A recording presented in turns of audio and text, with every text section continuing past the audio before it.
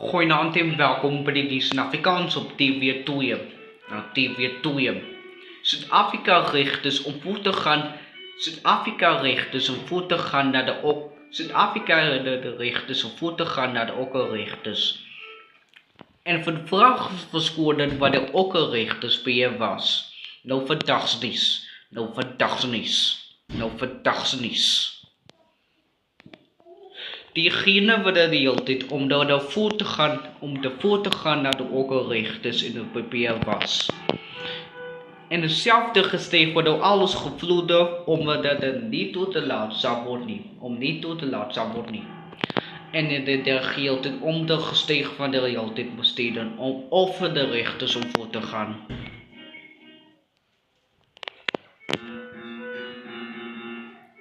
In KwaZulu-Natal gaat alles reis om voor te gaan naar de okkerrichters om de gedeelte reis.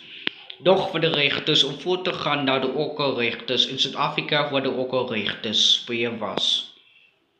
En diegene waar de okkerrichters waar alles gevloeden en waar de okker zelf terecht was. In KwaZulu-Natal gaat alles geëist. Dat nou rechters van de voet te gaan om over de geheel te besteden. Nog voor de realteit om voet te gaan naar de okkerrichters.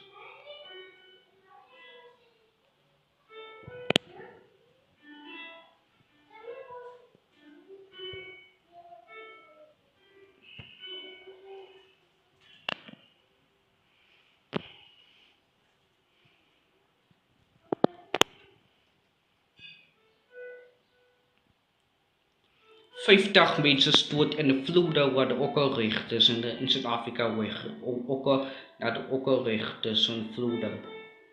Dan van de gedeelte de voet te gaan naar de okkerrichters.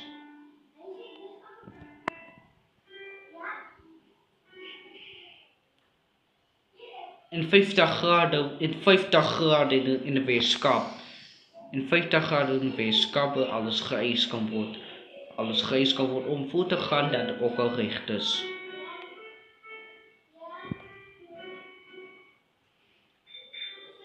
Dat demande. Ons zien we terug naar TV2. Gooi dan rustig weer tot ziens. Goeienacht.